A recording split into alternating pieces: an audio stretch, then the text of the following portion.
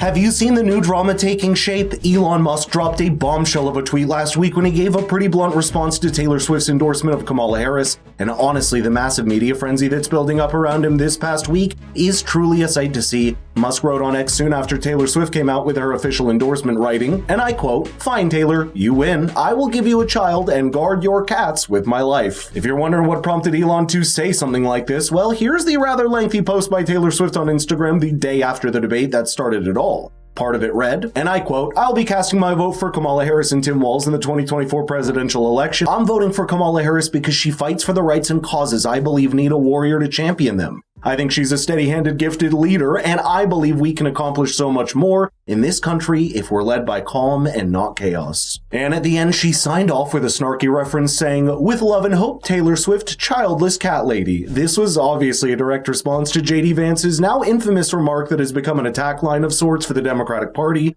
But even apart from that, Elon Musk jumping into the ring with such a biting response riled up a lot of people in the party, including Hillary Clinton, who almost accused Elon Musk of wanting to R-word Taylor Swift with the rotten comment. Listen to this excerpt from a podcast appearance this week. What? Yeah, well, he had his alter ego, Elon Musk, say something really rotten and creepy about her.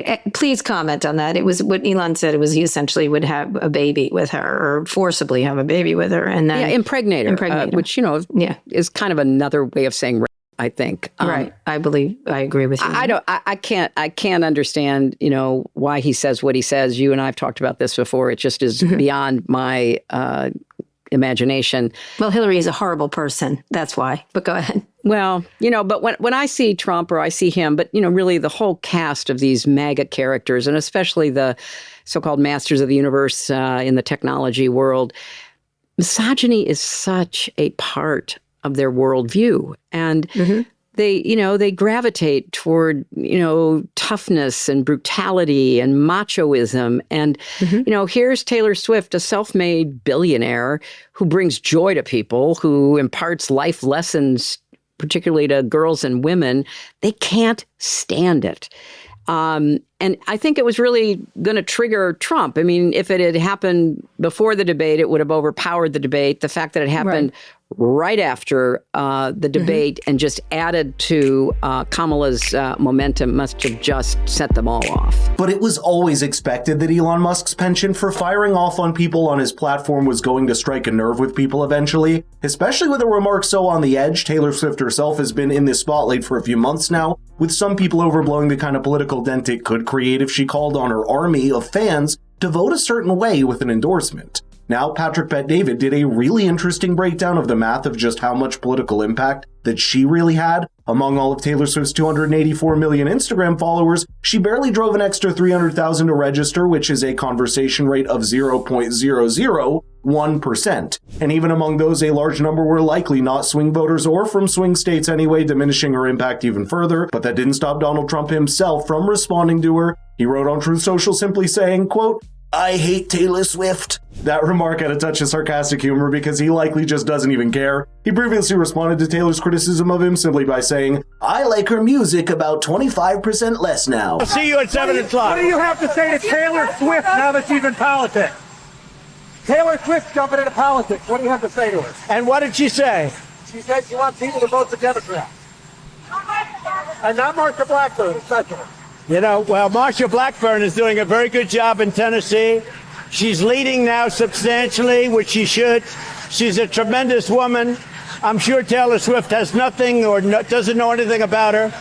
And let's say that I like Taylor's music about 25% less now, okay? Donald Trump likely isn't losing any sleep over not having Taylor's endorsement. Besides, most Americans today aren't even that swayed by political opinion of rich celebrities, and it was largely proven right back in 2016 when basically all of Hollywood stood solidly against Trump for Hillary Clinton. Speaking of which, there's many of those celebrities now that have just decided to stay quiet and understand that their power and influence in the creative arts doesn't necessarily carry over to the political sphere. Here's Dwayne "The Rock" Johnson speaking about how he regrets endorsing Joe Biden in 2020 and would not be endorsing anyone anymore. How do you feel now in retrospect with that endorsement?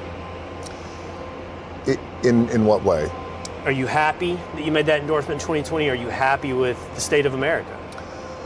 Am I happy with the state of America right now? Well, that answer is no. Do I believe we're going to get better? I believe in that. I'm an optimistic guy, and I believe we can get better.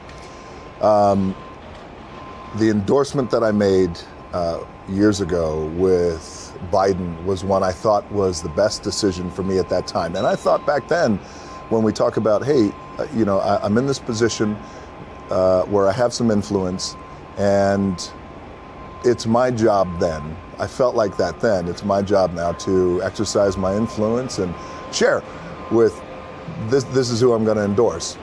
Am I going to do that again this year? That answer is no. That's hardly a surprise. It's only so long that rich celebrities realize that it's just not worth it throwing their hard-earned reputations on the line for some politician, and that's why Hollywood has been awfully silent in these past 2 election cycles, though some are showing signs of life after Biden gave way to Kamala Harris. On the other end, Donald Trump is happy to tout the endorsement of any celebrity he can find, though he's certainly not counting on them. Least of all someone like Taylor Swift, where some people online are pointing out the irony of some picking a candidate when her whole music catalog is about picking the wrong person. Here's an older clip of her throwing an emotional tantrum over politics. Taylor Swift comes out against Trump. I don't care if they write that.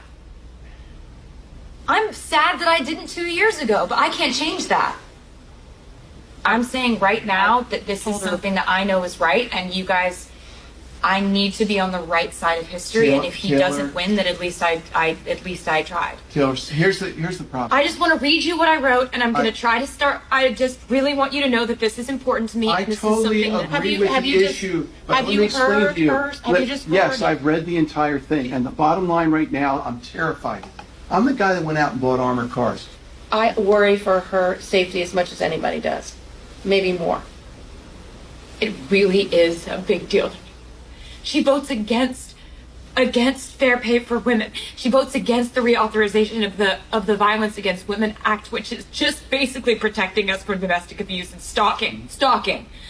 She thinks that if you're a gay couple, or even if you look like a gay couple, you should be allowed to be kicked out of a restaurant. It's really basic human rights, and it's right and wrong at this point. And I can't see another commercial and see her disguising these policies behind the words Tennessee Christian values. Those aren't Tennessee Christian values. I live in Tennessee. I am Christian. That's not what we stand for. I need to do this. I need you to forgive me for doing it, because I'm doing it. I think this endorsement will also prove to be short-lived, apart from being largely ineffective at creating any real political dent. She might have a legion of fans to come to her concerts, but it's a whole other deal to be so invested in an artist to go through the trouble of voting their way when the time comes. Of course, it remains to be seen what happens in November, but let me know in the comments how you see this entire story in the larger context, because it's a window into how fractioned even pop culture has become as a result of the polarization in our politics.